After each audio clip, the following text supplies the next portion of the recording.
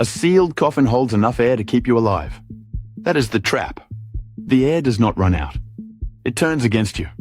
Every breath you take poisons the box a little more. And the harder you fight, the faster it kills you. Picture it. 6 feet of soil pressed flat above your chest, a lid you cannot see in the dark, and a pocket of air that is already ticking down. Most people assume the fear is running out of oxygen. That is not what gets you. The thing that kills you is the breath you just exhaled. Let us walk into the dark together. You wake up in a box. You cannot sit up.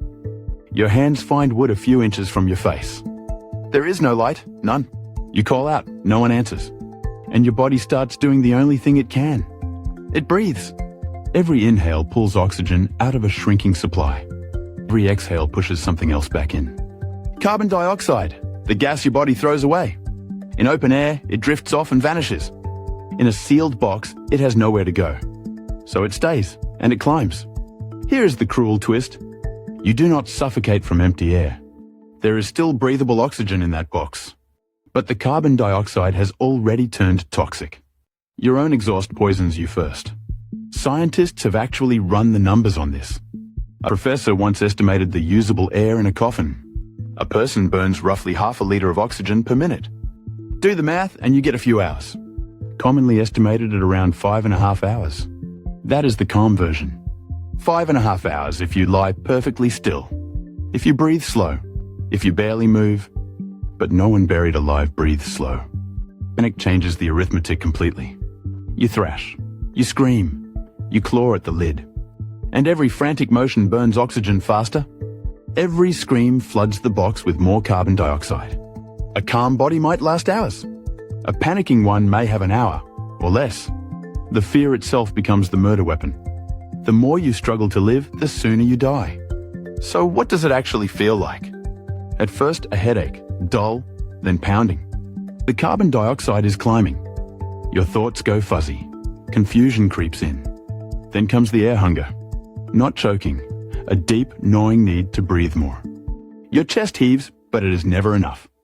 And then the cruelest part arrives. Drowsiness.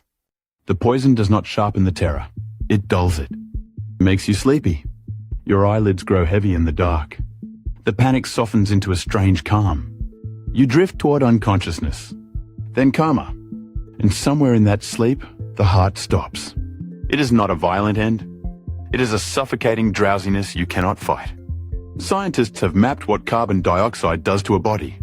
Normal air is almost nothing, 0.04%. At 4%, it becomes immediately dangerous to life. At 10%, safety agencies note it can knock you out in minutes. Above 17%, death can come within a single minute.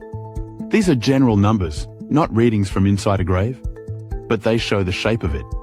A little is harmless, too much is lethal, and a sealed box only fills in one direction, up. Now here is what should chill you most. For an entire century, people did not fear this in theory. They feared it happening to them. The Victorians even had a word for it. Phobia, the fear of being buried alive. And in the 1800s, it was not just paranoia. It was a full-blown cultural panic. Cholera swept through cities in waves. The dead piled up faster than anyone could handle. Bodies were buried quickly, sometimes too quickly, because doctors then had a terrible problem. They could not reliably confirm death. No EKG, no brain scan, barely a stethoscope. A faint pulse could be missed entirely. And some conditions made the living look dead. Deep trances, catalepsy. A body could go still, cold, and unresponsive. Breathing so shallow it seemed to stop. To a 19th century doctor, that could look like a corpse.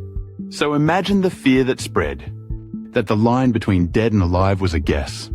And a wrong guess meant the grave. People were so uneasy they demanded solutions. And inventors delivered. They built machines to escape the tomb. They were called safety coffins. And this was a real industry. In Germany alone, over 30 designs were patented. Each one promised the same thing, a second chance. Some had air tubes running up to the surface, so a mistaken corpse could keep breathing. Some had lids rigged to spring open. The slightest twitch of a finger would release them.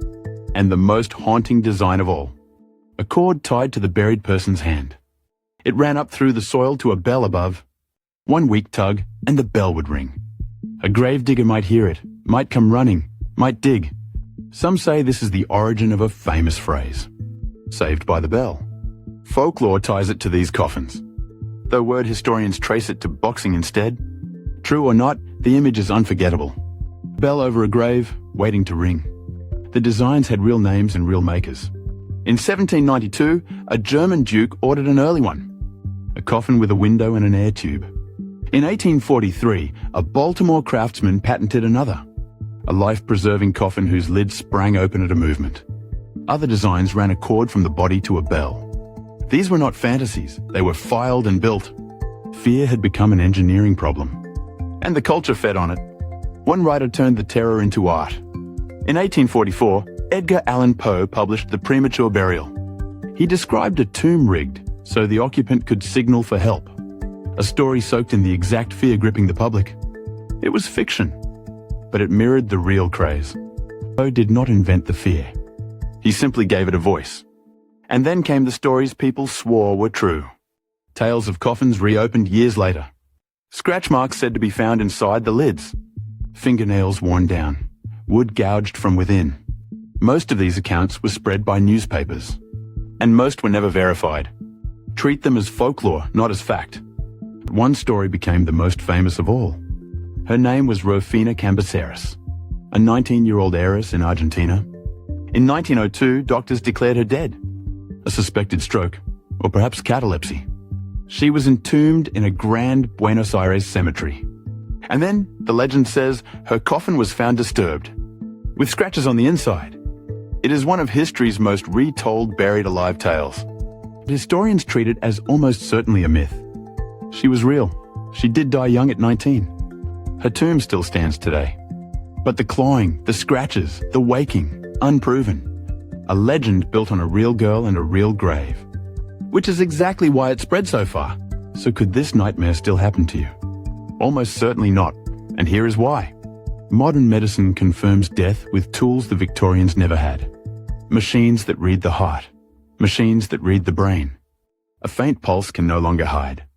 But there is a second, blunter reason. Embalming. Before many burials, the blood is drained away, replaced with preservative fluid. A body mistaken for dead would not survive that process. The mortuary table ends the danger before the grave. So the specific terror the Victorians felt, being alive, aware and sealed underground, it has been all but eliminated. Not by luck, by certainty. The safety coffins rusted into museum pieces. The bells above the graves fell silent. The nightmare was engineered out of existence. Yet, the fear never really left us. It is older than medicine, older than coffins. You feel it in a stalled elevator, in a room with no windows, in any space you cannot open from the inside, because part of you already knows that shape. A box you cannot escape. Air that slowly turns against you. A handful of quiet hours before the sleep. The grave was never the thing we feared. It was the idea of being awake inside it, still breathing, still thinking, in the dark that will not open. That is the fear you were born with. And now you know exactly how it works.